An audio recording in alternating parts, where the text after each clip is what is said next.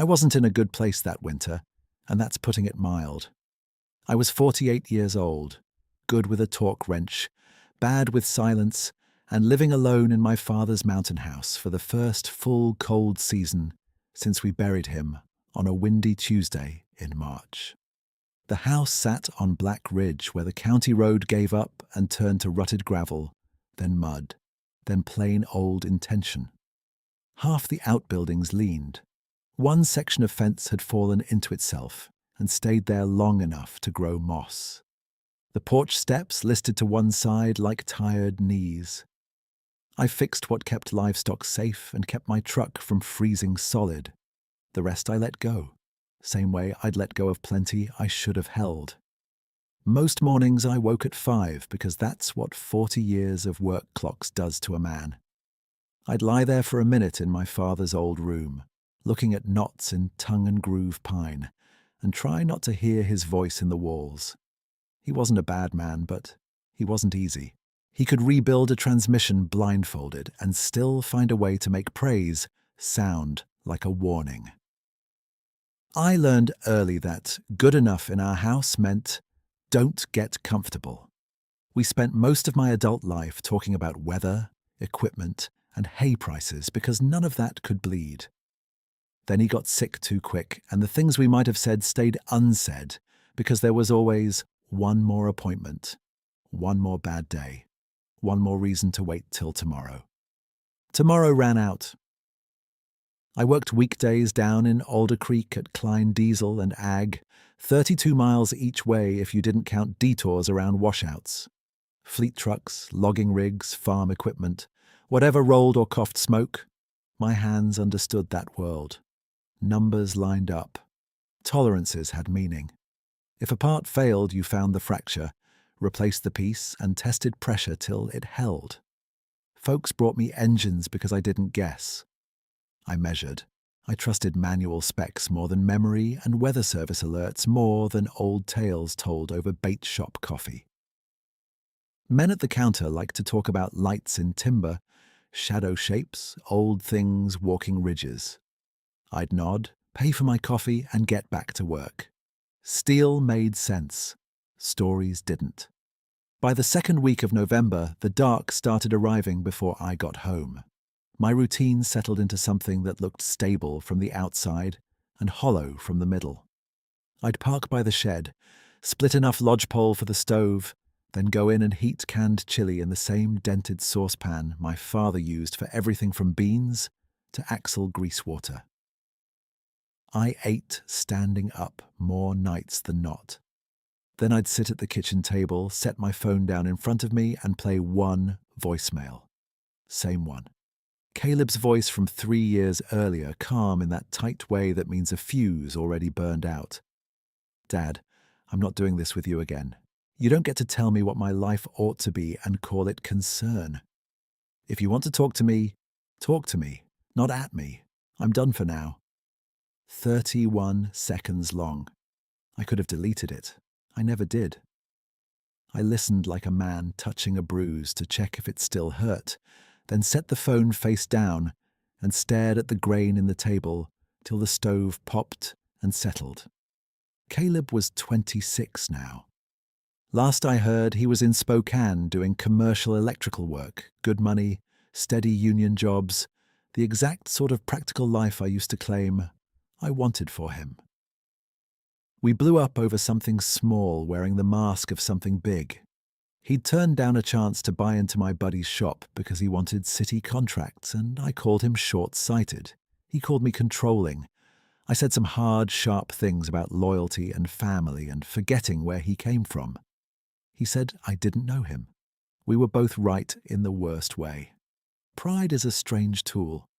Feels strong in your hand while you're using it. Leaves wreckage you can't carry. After my father died, I figured grief would force us to talk. Death tends to make a liar out of certainty. I called Caleb twice that spring. No answer. Sent 3 texts that sounded like invoices. You coming for the service? You should decide about your granddad's tools. Let me know by Friday. He replied once. I can't do this right now. I read that line 20 times and still turned it into an argument in my own head. By summer, we'd gone fully quiet, and quiet hardens if you let it. I let it. The mountain house made quiet feel physical. You could hear the fridge relay click from 2 rooms away. You could hear settling beams when night temperatures dropped. When wind came hard from the north, it threaded through cedar siding and found every nail hole my father hadn't bothered to caulk, because air's supposed to move. Some evenings I stood on the porch with my coat zipped to the chin and watched fog fill the low pasture like somebody pouring milk into a pan. Other houses had porch lights in the valley. Up there it was me, old fencing and Treeline. I told myself I preferred it that way. No one to explain myself to. No one to disappoint. That sounded clean in my head. It wasn't. Pat showed up in late October, skinny enough that his ribs looked penciled in. Brindle coat, one torn ear, white patch on his chest shaped like a crooked county map. He stayed at the edge of the porch light for 3 nights before he took food while I was still standing there. 4th night, he let me sit on the step while he ate, eyes never leaving my hands. He had that look strays carry, like every kindness has terms hidden in small print. I started leaving water under the bench and half my sandwich crusts from lunch. He started appearing around dusk regular as a church bell. No collar, no tags, no sign nailed at the gas station with his picture. I called him Patch because naming something makes it easier to care on purpose. He wouldn't come inside, wouldn't even cross the threshold of the mudroom. I coaxed, waited, set out an old horse blanket, and watched him choose the space under the porch instead, where he could see both the yard and the tree line. Smart dog. Cautious dog. Some nights he'd eat and vanish. Some nights he'd curl by the woodpile and lift his head every time a branch cracked upslope. If I stepped too close too fast, he'd flinch first and settle second. Trust came in inches. I recognized that pace. On Fridays, I stopped at Holcomb Feed and Hardware before heading up the ridge. Nora Holcomb ran the register with an adding machine older than me and memory sharper than a tack. She asked plain questions in a plain voice, no pity folded in. How's that roof holding? You still got enough pellets? Your boy ever call? Last one landed soft and still hit hard. I'd shrug, stack de-icer and spark plugs on the counter and say, not yet. She'd nod like she was filing it where weather and inventory both belonged. One evening near Thanksgiving, my neighbour Len Barlow caught me by the fuel pump and tipped his chin toward my truck bed, full of split rounds. You're really wintering up there alone? Looks that way. He rubbed his jaw, looking past me at the ridgeline, already swallowing light. Storm track's been ugly. You need anything, holler. I'm 3 miles downslope. I've got generator fuel, chain, feed, and enough canned food to survive a minor apocalypse. He laughed once. That sentence tells me more than you meant it to. Len had that mountain way of minding his own business while still noticing yours. He didn't press. Just scribbled his number on a receipt and tucked it under my wiper blade. I stuck it in the visor and told myself it was for weather emergencies, not conversation. December came in with hard ground and thin sun. The first week I found my father's work gloves in the barn loft, fingers curled from old grease and time, and sat on an overturned bucket longer than I meant to. I remembered being 12 and trying to hold a flashlight steady while he replaced a water pump in January cold. My hands shaking, him saying, "Steadier, Wayne. Tool only works if your hand does." Back then I thought he meant machines. Later I learned he meant men too. I still hadn't figured out what to do with that. At night, after chili and voicemail and stove checks, I started writing small lists on scrap cardboard. Drain lines, tarp south haystack, replace hinge pin, call insurance, call Caleb. The first 4 got check marks. The 5th sat there, same as always, ink wearing thin from my thumb rubbing it. I'd pick up the phone, scroll to his name, and set it down again because I didn't trust my own opening line. Sorry sounded both true and unfinished. You were right. Sounded defensive if I said it wrong. How have you been sounded like pretending nothing happened? So I did nothing, which has a way of making itself look reasonable when repeated enough. By mid-December, the weather radio started repeating the same phrase every 6 hours. High elevation mixed precip event, rapid temperature drop, hazardous icing likely on Black Ridge and adjacent slopes. I listened while tightening straps over feed sacks in the shed and checking the generator pull start twice. Practical tasks calmed me. Ratchet clicks, knot tension, fuel levels, battery charge. A man can tell himself he's in control if enough objects are secured. The emotional math doesn't work that clean. That evening, the sky went the color of old tin and stayed there. Wind pressed low through fir branches with a sound like somebody exhaling through clenched teeth. Patch finished his food, then stood stiff-legged by the bottom step, staring upslope toward the timberline without barking. I followed his gaze and saw only dark trees and the last grey of light draining out. No birds moved, no squirrel chatter, no wing flicker, no usual scratch and scold from the brush pile. The whole mountain seemed to pause. I said, mostly to hear a human voice, "Storm's coming, buddy. You can have the barn stall if you want it." Patch looked at me, then back at the ridge. He didn't move. I set another scoop of kibble by the door and checked the latches on the lower gate, then stood there in the cold with my hands in my coat pockets and my breath going white in the porch light. Grief had made me narrow. Estrangement had made me stubborn.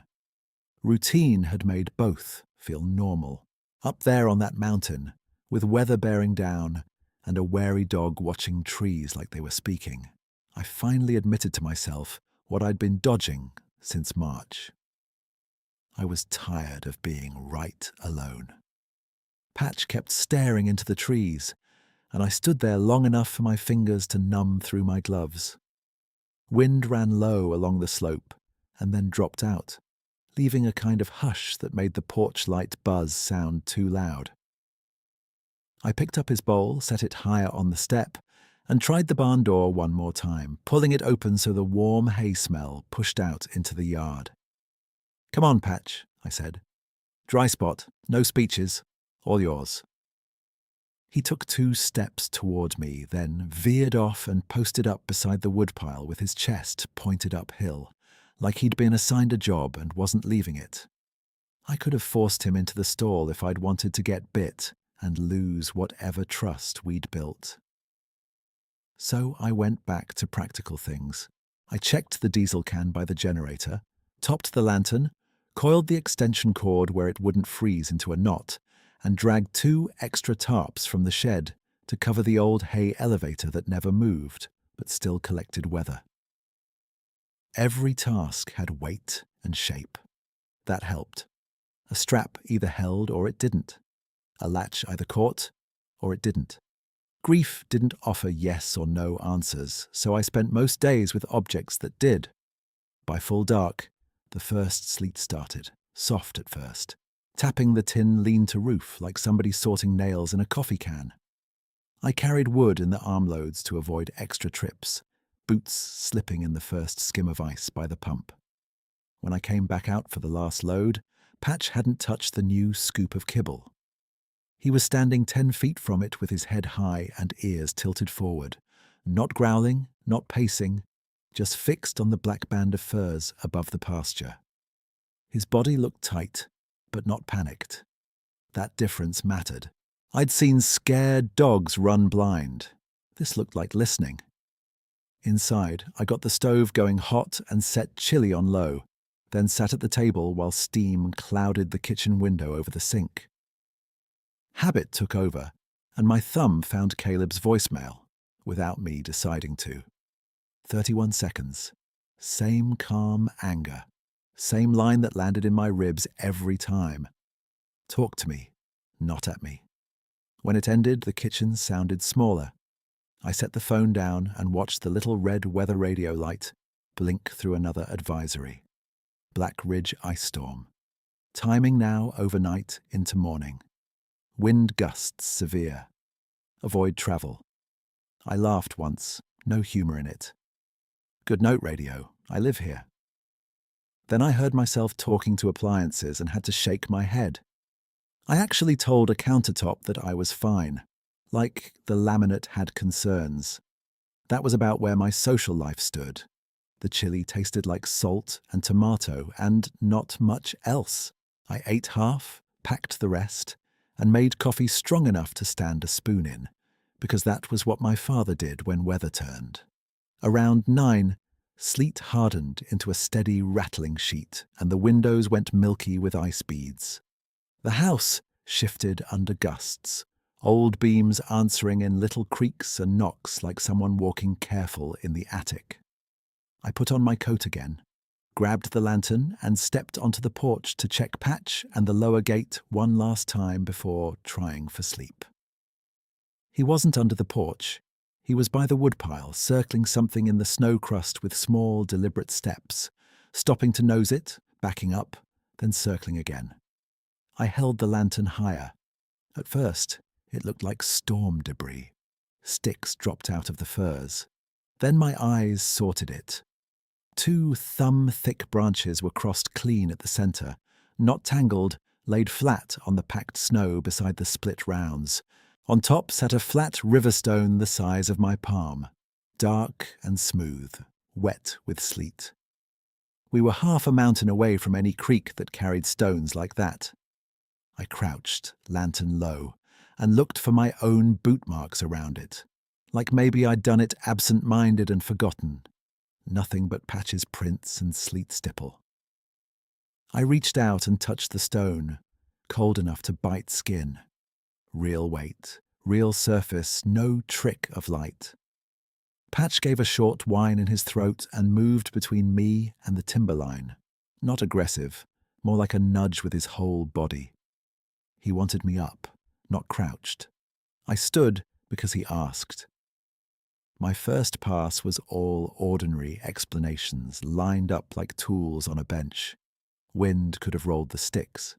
A raccoon could have nosed the rock downhill from somewhere. I might have knocked it out of a truck bed weeks ago. I said each one out loud and heard how thin they sounded over the sleet. The crossed sticks were too square. The stone was too clean for this yard. Still, I carried it to the porch rail and set it there, telling myself I'd move it in the morning after weather passed. Patch watched me do it, then went right back to staring uphill. Sometime after 10, I called Len, not because I wanted company, because I wanted one normal voice attached to this normal world. He answered on the 3rd ring with wind noise in the background and television low behind him. "You good up there?" he said. "So far. You seeing this ice yet?" "Started 20 minutes ago. Already slick by my shop. You got that generator lined out?" "Yeah." "Len, you by chance walk over to my place this afternoon?" A pause. "In this weather? No. Why?" "Found a rock and stick set by my woodpile. Not blown around, set." He exhaled through his nose. "Teenagers messing with you?" "Closest teenager is 12 miles away and allergic to uphill." He gave a short grunt that could have been a laugh. "Then maybe your mountain's decorating for winter. Button up, Wayne. Call if lines come down." "I will." He didn't ask follow-up questions, and I was glad. I wasn't ready to hear my own description out loud again.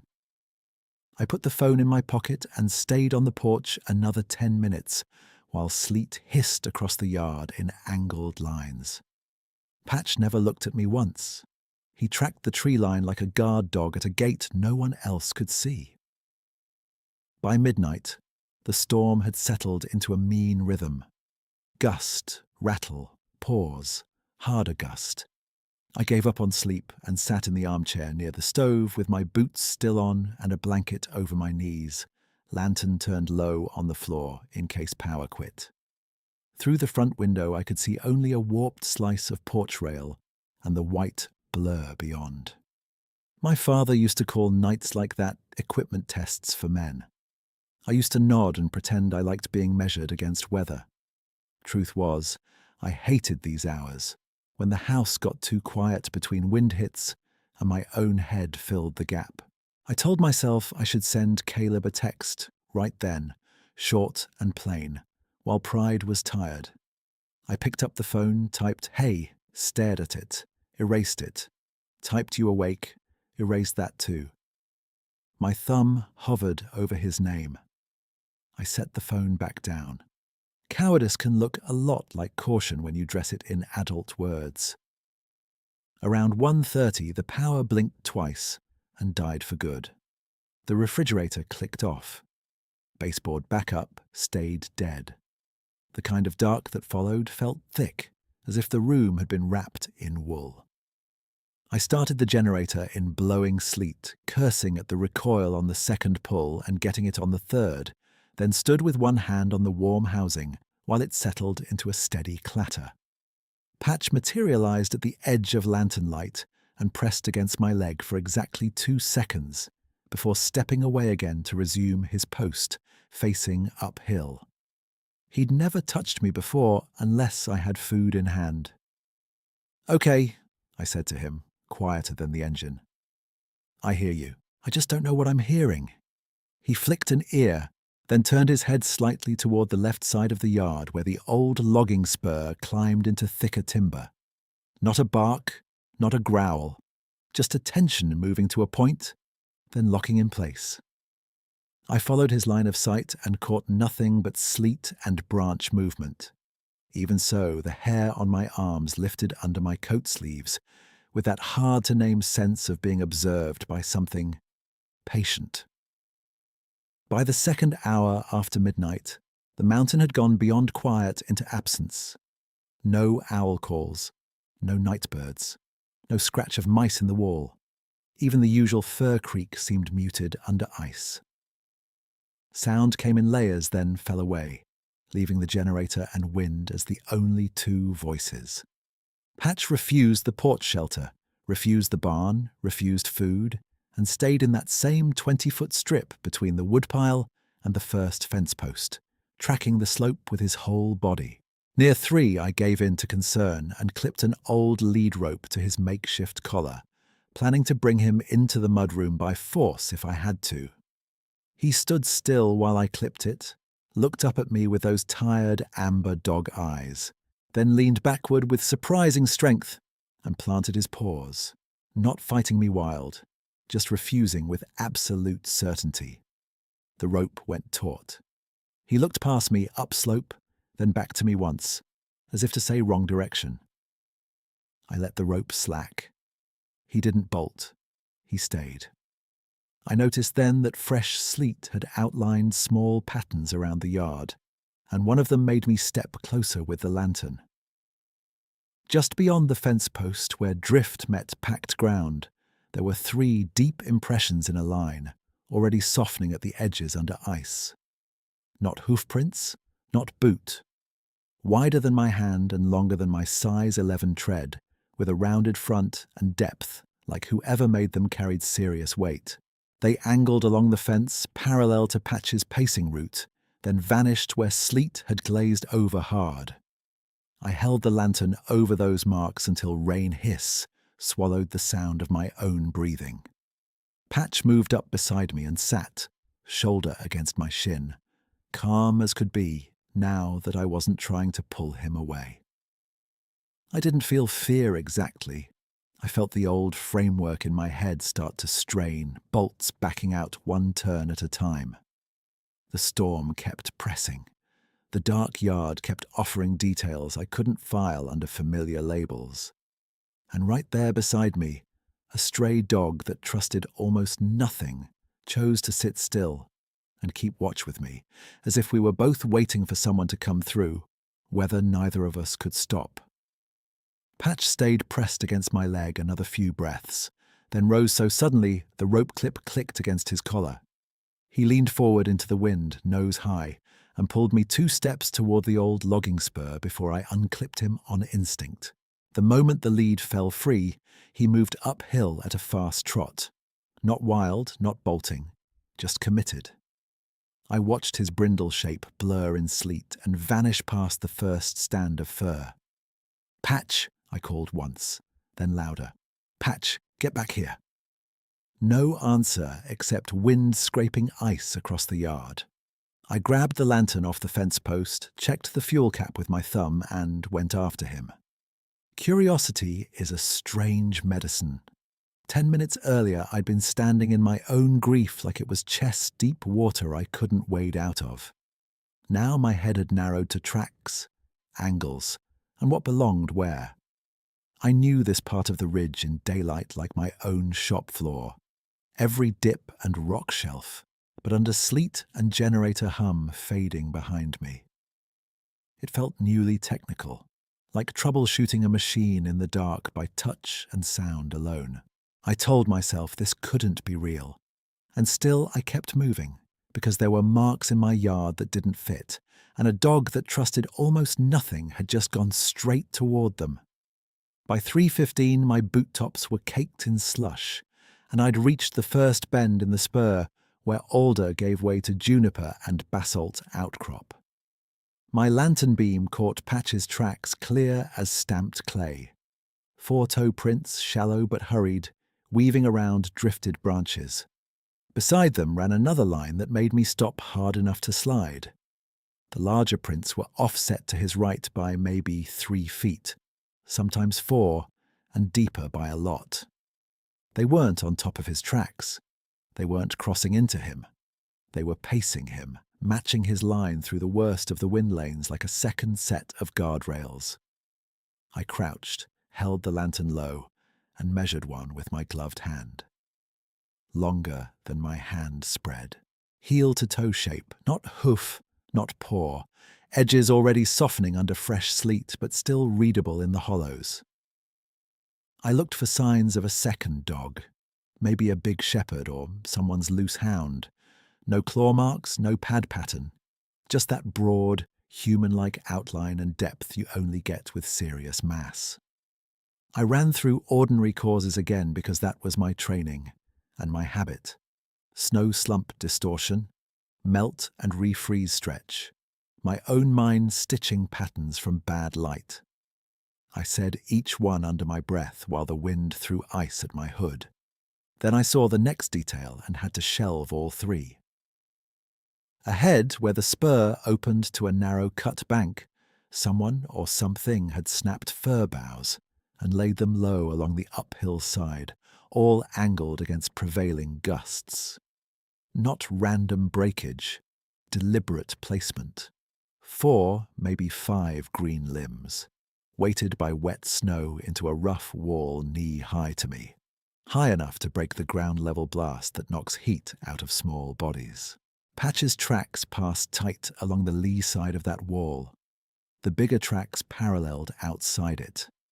I stood there in a storm I trusted more than stories and said, out loud, "Who does this?" No one answered, but the mountain gave me one more clue. A narrow path led out of the cut and up toward the basalt shoulder, tamped flatter than surrounding crust as if repeated passes had pressed it down. Patch's prints took it. So did the larger marks. I turned back down slope long enough to get 1 bar of signal and called Len again, mostly because I needed another human ear to keep my own thinking from drifting too far. He picked up sounding half awake, half annoyed. "Wayne, you all right?" "I'm on the logging spur. Patch took off. I'm tracking him." "In this, come back down. You can look at first light." "There are prints with him, Len. Big ones, moving beside him. And somebody built a windbreak out of fir limbs up here." Silence for 2 beats, then, "You're telling me a giant ape built a dog shelter?" Sleet turned silver in my lantern beam. "I'm telling you the dog is alive because something stayed." He let out a breath that crackled through the phone. "Okay. I don't know what to do with that sentence. You got your GPS? Batteries at 40. Then quit wandering wide. Follow one line in and one line out. Call me every 30 minutes. If you miss one, I'm coming up with chains and a bad attitude. That sounds like you. That's because it is. Call me. I pocketed the phone and kept climbing. The spur narrowed where old logging ruts disappeared under drift, and the storm got meaner in bursts, gusts hitting sideways hard enough to turn my hood. I started reading the terrain the way I read damaged parts. Where force had been, where it had been redirected, what held and what failed. In 2 places, small deadfall had been moved just enough to clear a passable lane, not thrown, not shattered, simply shifted. In one low swale, snow had been packed down into a shallow trench that cut wind at ankle height. Patch's prints followed that trench clean. The big prints tracked just outside it, occasionally crossing over where the ground pinched narrow, then returning to that offset position again. This was the moment grief let go of my collar for a while. Not healed, not gone, just set down because my mind had a live problem in front of it. I was no longer replaying funerals and voicemails. I was tracing design choices in sleet. I was asking what kind of presence uses strength like this, and for what purpose. About 30 minutes after the call, I reached the lee side outcrop above the spur, a black shoulder of basalt that blocked part of the north wind. The temperature dropped another notch there, sharp enough to sting my teeth when I breathed. I ducked behind a split boulder, raised the lantern, and saw Patch. He was 20 yards ahead, half crouched and shaking, then stepping forward, then stopping, as if unsure whether to keep moving. I opened my mouth to call him and shut it again, because a shape moved behind him in the sleet curtain, tall enough to break the line of young firs at shoulder height. At first I thought, tree sway. Then it took another step. The figure came through, blowing white in pieces. Dark fur slicked flat by ice. Shoulders broader than any man I'd ever seen. Head set low against gusts. It moved with a deliberate economy that made my own clumsy stomping feel loud and wasteful by comparison. Where I would have shoved through deadfall, it stepped around. Where drift crust looked uncertain, it tested once, then placed weight. Patch stumbled in a pocket of soft snow, and the figure paused immediately, turning toward him rather than away. I stayed behind basalt with my lantern hooded by my hand and every rational argument in me trying to reassemble. Bear on hind legs? No. Wrong gait? Wrong proportions? Wrong intent. Man in gear? No man that size, no coat line, and no panic in weather that would put most of us on our knees. I told myself I should leave, that I had enough to know this ridge was not mine alone tonight. But another part of me, the part that had been numb for months, felt fully awake for the first time since March and refused to blink. Patch whined once and crouched. The figure lowered one massive arm on the windward side of him, not touching, just creating a barrier while a blast of spindrift shot across the slope. Snow hissed against that arm and split around it. With the other hand, it reached to a nearby fir, broke off 2 lower limbs in controlled motions, and set them in a loose arc against a stone lip. Then it added another, then another, building curvature instead of a pile, leaving an opening on the lee side where the dog could tuck in. The scale of the hands and the delicacy of placement did not belong together by any framework I'd carried up that ridge. I don't know how long I stood there taking it in, only that the storm kept cycling and the figure kept adjusting. When gusts shifted west, it moved 2 steps, repositioned its body, and reset the bowline. When Patch edged out, shivering, it nudged him back with the side of one forearm, careful, as moving a socket set off a fender. There was no display, no charge, no demand in it, just work. Steady, attentive work.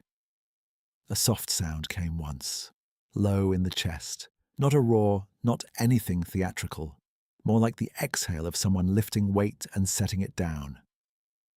Patch answered by pressing closer into the shelter wall. Trust looked plain on him. His tail stayed low but loose, his ears settled. He stopped scanning for escape. I shifted my boot a fraction and sent a small stone ticking downslope. The figure's head turned toward me at once.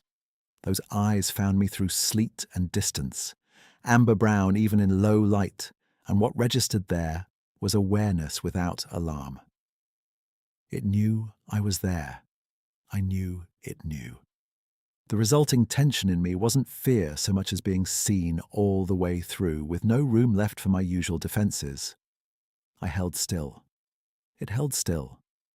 Then, as if deciding I was not part of the immediate problem, it turned back to Patch and resumed shaping the windbreak. By 4 o'clock, my right glove was soaked through and my phone buzzed with Len's check-in call. I let it vibrate once, twice, then answered in a whisper, still crouched behind rock. "Talk to me," he said. I found him. "Patch?" "Yeah." "And?" I watched the giant figure sit on its haunches between dog and wind, shoulders taking the weather full on. "And there's something with him. Not hurting him, shielding him." Len went quiet long enough I thought the call dropped. Then very carefully, "Wayne, come down." "I can't yet." "Why not?" Because I needed to witness this all the way through. Because if I walked away now, my practical brain would sand it down by morning into maybe and probably, and fatigue tricks. Because a stray dog that had flinched from my hand was resting against that impossible dark shoulder, like he'd found the safest place on the mountain. I swallowed and gave Len the part he could hold. "I'm not in danger," I said. "I'm behind rock. I'm staying put till first light, then I bring Patch home. You call me every half hour, no hero stuff." "Deal." When I ended the call, the figure glanced my way again, then lowered one hand and pressed snow into a neat berm at the shelter base, sealing the draft gap. The storm howled over Black Ridge, but in that small lee pocket, with sleet tracing silver lines through lantern glow, I saw something enormous choose gentleness over and over until wonder had more weight in me than doubt. I stayed crouched behind the basalt and tried to keep my breathing quiet, though the wind made that unnecessary. The lantern was down to a narrow slit of light under my hand, more ember than beam, and I watched that huge, dark shape keep working like weather itself had hired it for the shift. Every few minutes it checked the bow wall, pressed snow where drafts slipped through, and angled its body to take the gusts broadside so Patch sat in calmer air. It moved with the same care I'd seen from good mechanics around old cast parts. No waste, no show, no forcing what didn't need forcing. The strange part was how quickly my fear equation changed. I had gone up that slope braced for coyotes, ice, and my own bad judgment. What I had found was bigger than any story I'd dismissed, and gentler than most men I knew. I kept waiting for the turn, for a bluff charge, a display, some warning that I was too close. It never came. Every time those amber-brown eyes found me through sleet, they held steady and moved on like we were two workers on adjacent tasks in rough conditions. That did more to unsettle me than any threat could have. My whole life I'd trusted categories. This thing stood outside every one of them and still behaved with more decency than the category called human had managed in my own family. A gust hit hard enough to throw pellets of ice against my cheek, and I shifted lower behind the rock. My knee knocked the lantern frame. Metal clicked. The creature looked up at once. I froze with one glove on the lantern handle, half bent, suddenly aware that I was a middle-aged man hiding from a blizzard and trying not to offend a 9-foot stranger. For one absurd second, I whispered, "Sorry," like I'd bumped carts at the grocery store. If anyone had filmed me, I'd have denied the footage under oath. Patch gave a thin whine, then tucked himself deeper against the shelter wall. The creature lowered its head and leaned just enough to block a stream of spindrift blowing through the opening. It didn't touch him right away. It waited until he settled, then laid one broad hand flat in the snow beside him. Almost a marker, almost a promise. I could see the hand clearly when the sleet thinned, long fingers, dark hair along the back, knuckles built like rounded stones. That hand could have split fence posts. Instead, it was braced in the drift, so a stray dog could breathe easier. At 4:30, my phone buzzed again. I answered with my mouth close to the mic and my hood pulled tight. "You still there?" Len said. "Yeah. Give me plain facts." I looked out from behind the boulder while the creature shifted to the other side of the shelter as wind swung east. Patch is alive, shaking, but alive. That animal, or whatever word you want, is still with him. Keeps blocking wind, keeps rebuilding the wall. Len was quiet for a couple beats. "You seeing this clear, Wayne? Not just shapes?" "Clear enough to count motions. It knows I'm here. And it doesn't care as long as I stay put and don't push in." He let out a breath. I'm at my mudroom window with chains by the door, and I'm trying to decide if I'm hearing weather talk or something else. "You're hearing me tell it straight." "I believe you believe it." "That's fair." Another pause, then his voice softened. "You get cold, stupid. You come down. Dog can't lose two people in one night." That landed hard in my chest. "Copy that." I ended the call and tucked the phone inside my coat to keep the battery warm. The storm leaned on the ridge in long, heavy pushes, each one sounding like gravel dragged across tin. Sleet found the gap at my collar and ran down my back in icy threads. I started shivering in waves that made my teeth knock. Down in the shop, I'd have called it early-stage trouble and corrected it before it got expensive. Up there, pride argued with common sense. Pride said, "Stay exactly where you are and witness." Common sense said, "You don't help anyone if you go hypothermic behind a rock." The creature solved that argument before I did. A branch snapped somewhere uphill. I flinched and turned my lantern, then dropped to a knee when the crust gave way under my boot.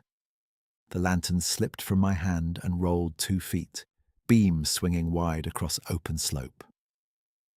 I grabbed for it and missed. In that brief wash of light, the creature and I looked at each other full on, maybe 15 yards apart now because I'd slid farther out from cover than I realized. Patch lifted his head but didn't bolt. I expected the moment to break. Instead, the creature stood slowly, keeping its body angled so it stayed between Patch and the strongest gusts. It took 2 measured steps toward my side of the outcrop and stopped at the edge of my lantern spill. Close enough that I could see ice beaded in the fur at its shoulders, close enough to make scale undeniable. It was massive, yes, but the more important detail was restraint. Every movement carried the same message. "I see you. I am not pressing." Then it reached down, scooped a slab of wind-packed snow with both hands, and set it along the exposed side of the rock where I was kneeling. 1 block, then another, then a third, each placed to raise a low lip between me and the gust lane. It built me a knee-high break in less than a minute, no wasted motion, then stepped back and returned to Patch without another glance. I sat there, stunned. 1 glove on the lantern frame, snow soaking through my right knee. The wall it made cut enough wind that I could feel the difference on my face immediately. Not warm, but survivable, deliberate, unmistakable. A kindness aimed straight at me from a being I had spent 48 years insisting could not exist. By the time I got my breathing steady, the creature was working on Patch again. The dog had started trembling harder, a deep, full-body shiver that looked wrong, even in dim light. The creature ducked into the fir fringe for maybe 20 seconds and came back carrying an armful of fresh green boughs stripped from lower branches. It used both hands to fan them across the shelter floor, needles up, making a dry layer above the packed snow. Then it crouched, slid one forearm under Patch's chest and belly in a motion so careful it looked practiced, and moved him onto that bough bed. Patch didn't yelp. He leaned into the contact, pressed his head against the creature's ribs, and went still except for the shakes. I had spent weeks trying to coax that dog into a barn stall with blankets and patience. He had chosen underneath my porch, where he could keep one eye open. Watching him settle against that broad chest in a blizzard told me everything I needed to know about trust. The storm peaked close to 5. Gusts came so hard they stripped loose ice from branches and sent it clattering down slope. My improvised snow wall held. The creature kept rotating position as the wind clocked, shoulder then back, then shoulder again to the blow, always keeping Patch in the pocket. Once, when a drift collapsed against the shelter opening, it cleared it with a sweep of one arm and rebuilt the edge tighter.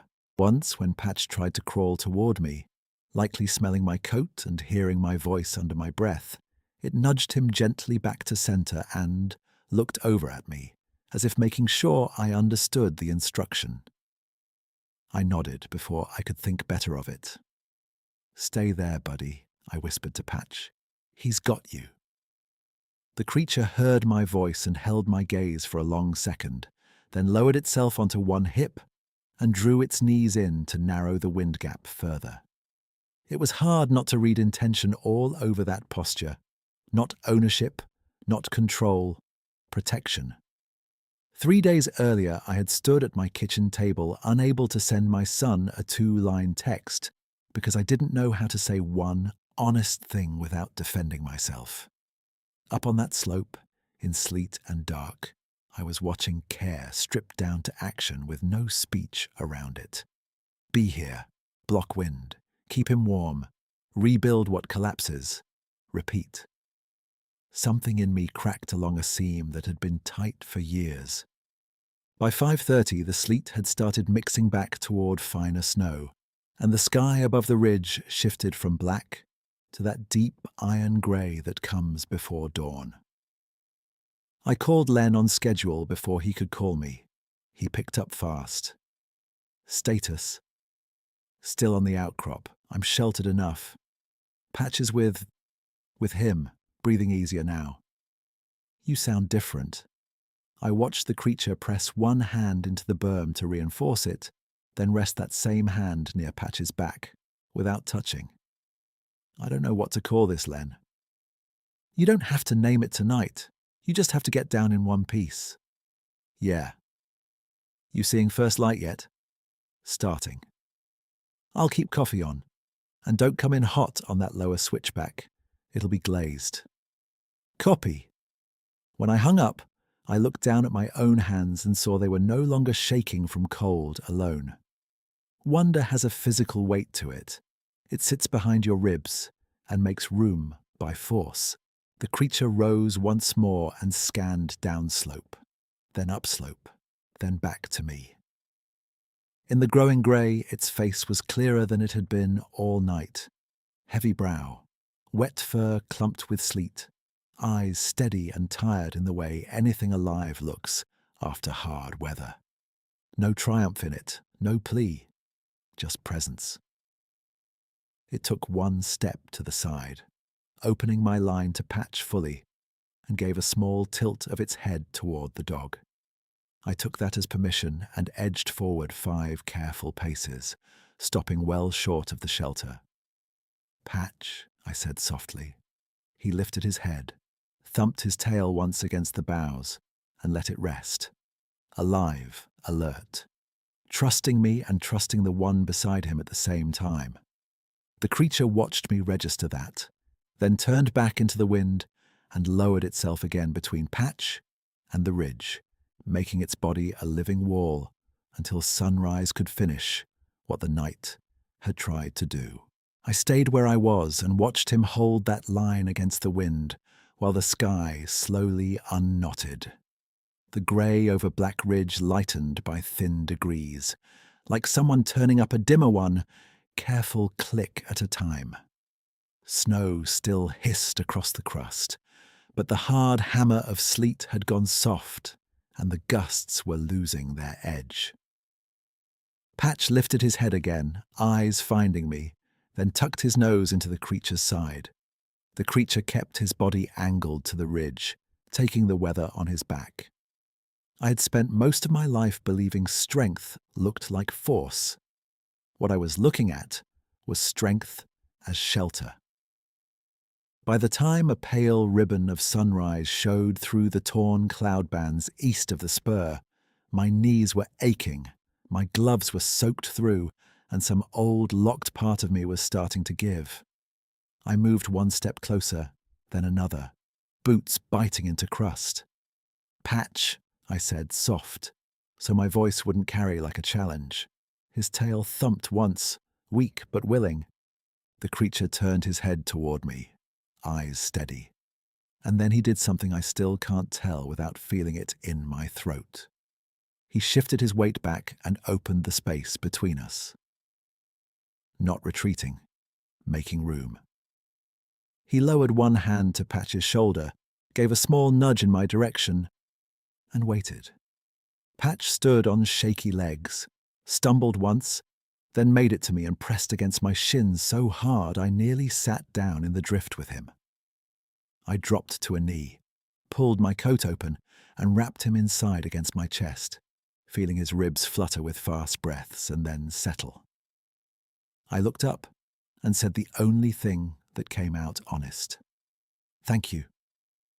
My voice cracked on the second word. "I'm late, and I know it."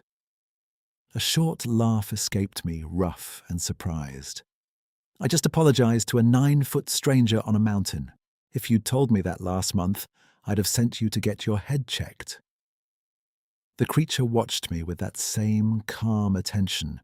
No demand in it, no victory, no need to be understood beyond the moment itself. He reached to the edge of the shelter, picked up a flat riverstone dark with melt, and set it on top of the bow wall with deliberate care. Same kind of stone as the one by my woodpile. Same smooth face, same palm-sized weight. Then he rested his hand briefly against the stacked limbs, as if finishing a job he meant to leave solid. That was when I broke. Not from fear, not from the storm, from recognition. I had held myself together through my father's decline, the funeral, the empty house, and 3 years of silence with my son by treating emotion like a leak you tighten and ignore. Kneeling in wet snow with a half-frozen stray in my coat and that enormous quiet being 3 paces away, I couldn't keep the wrench on it anymore. Tears came hard and hot, stupid and unstoppable, and I let them. They ran into my beard and froze at the edges, and I didn't care. In my head it was plain and present tense. I don't have to win this. I don't have to explain this into something smaller. I can just receive what is being given. I bent over Patch and cried until my shoulders stopped hitching. The creature stayed through it without moving in or away, just holding the same patient posture. When I finally got my breath back, I wiped my face with a wet glove and managed, "You kept him alive."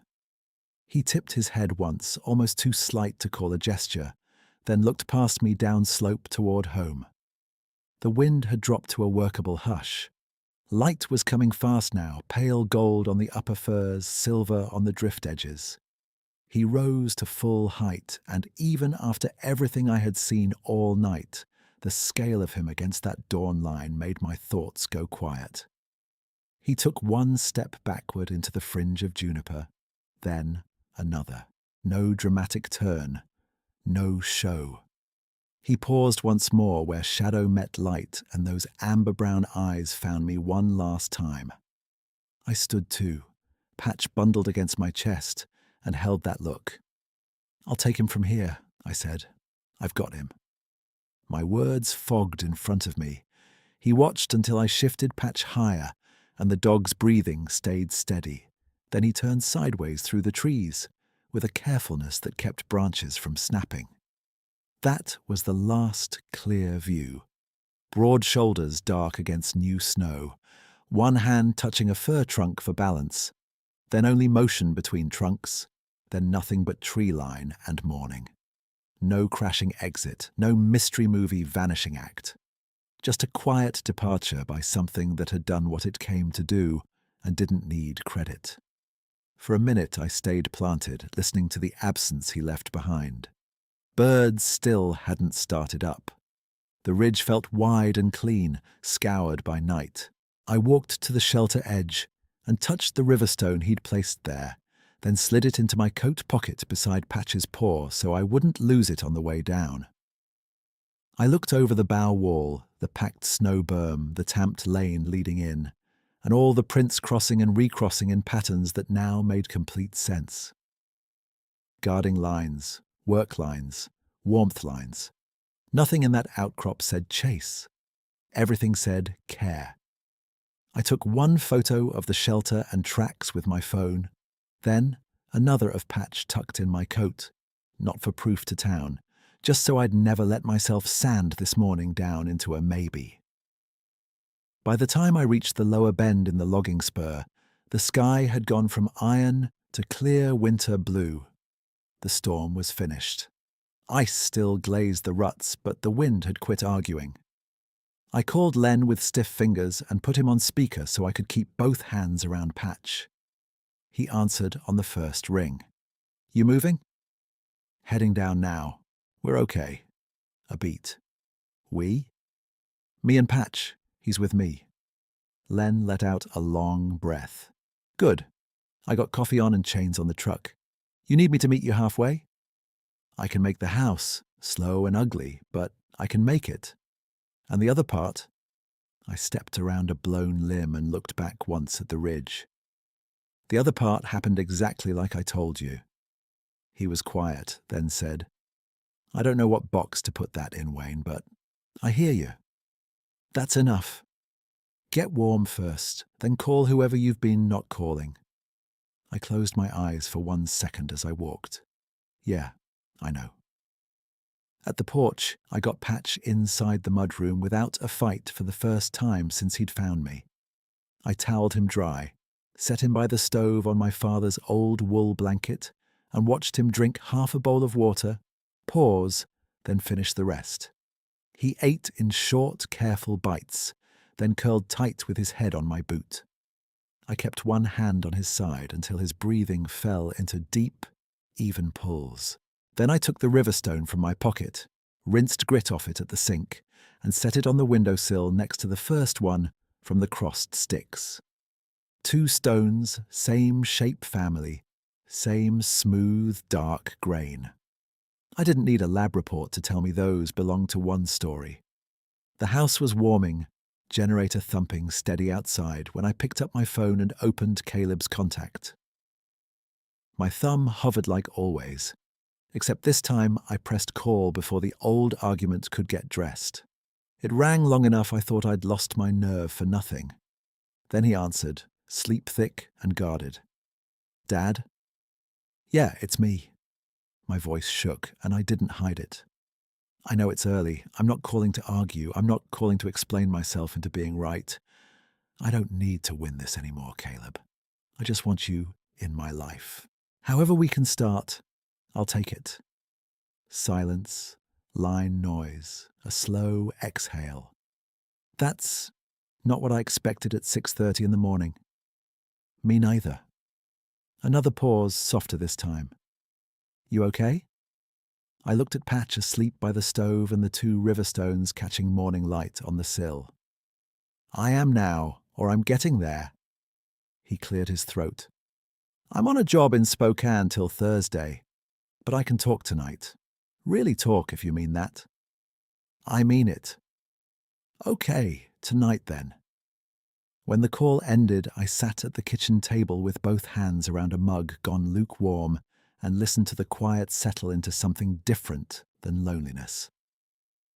Outside, Black Ridge stood bright and washed clean, treeline still, no figure in sight. Inside, Patch slept without twitching, trusting the room. I had no tidy explanation, and I stopped needing one. A thing larger than my categories had kept watch through a mountain storm and handed back what I loved without asking for anything in return. I carried that truth the way you carry a warmed stone in your pocket. Simple weight, steady presence, a reminder that care can be older and bigger than pride, and that sometimes the gentlest thing on the ridge is the thing you were taught never to believe in. Patch snored once in his sleep, a small, rough sound, and it broke the spell of the kitchen quiet enough for me to move. I stood, carried my mug to the sink, and looked out through the frosted glass at the yard where the crossed sticks had first turned my certainty sideways. Daylight made everything ordinary again in the way daylight does. Porch rail, pump handle, wood rounds stacked in crooked columns. Then my eyes found the marks by the fence line, half softened now, still deeper than anything that belonged up there, and ordinary gave up. A truck door slammed downslope. 10 seconds later, Len's diesel climbed my drive slow and careful, chains clinking under his tires. He got out carrying a dented green thermos and a face that looked like he had argued with himself all the way from his place.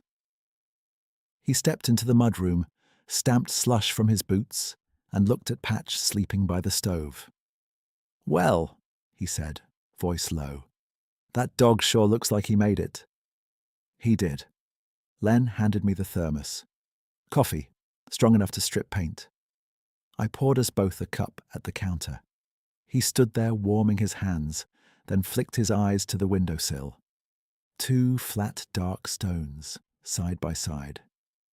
"That from up there?" he asked. "One from my woodpile last night. One from the shelter this morning." Len looked at me for a long second, not mocking, not nodding along either. "You got pictures?" I unlocked my phone and pulled up the 2 photos I'd taken. Shelter wall, bough bed, track pattern, Patch wrapped in my coat. Len held the phone close, then farther back. Zoomed in with a grease-cracked thumb. "Tracks are clear," he said. "Offset beside the dog like you said." He handed the phone back.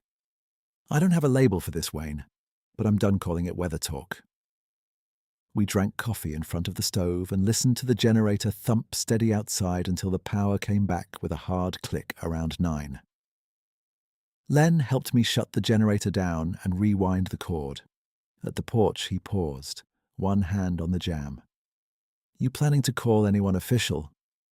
I looked at the ridge, bright under new sun. "No, county'd send crews. Folks'd tear up that slope chasing a story. I'm not doing that." He nodded once. "Then I didn't see anything except storm damage and a tough dog." A half smile tugged at his mouth. "And maybe you should call your boy before you can talk yourself out of it again." "I already did. He said he'd call me back tonight." Len gave me that loaded look mountain men use when they're offering hope and trying not to scare it off. "Good. Don't waste it." After he left, I pulled on dry gloves and went out to the woodpile. The crossed sticks were still there, iced in place, as neat as they'd been in sleet. I knelt, took a photo from 3 angles with the date stamp on, then lifted them free and carried them inside. I wrapped each stick in an old shop rag and put them in a long drawer with my father's calipers, not as trophies, just as evidence I could touch when my own skepticism came back looking for cracks. The first stone and second stone stayed on the sill where morning light hit them. The 2 photos and the crossed stick photos I printed that afternoon at Holcomb's little kiosk and slipped into a manila envelope marked Black Ridge Ice Storm date and GPS from my phone log. I sealed it, set it in the fireproof box with property papers, and wrote on the front, "For Caleb if I'm gone, before we talk this through. By Thursday evening, right at 6, like he said, Caleb called. I stood at the kitchen table, one hand on the back of a chair, and answered on the first ring. Hey, he said. Noise in the background, traffic, and maybe a microwave beep. I'm on break. You still there? Yeah, I'm here. He was quiet a beat. You sounded rough this morning. I was. I had a long night in a storm, lost Patch. Found him. I swallowed.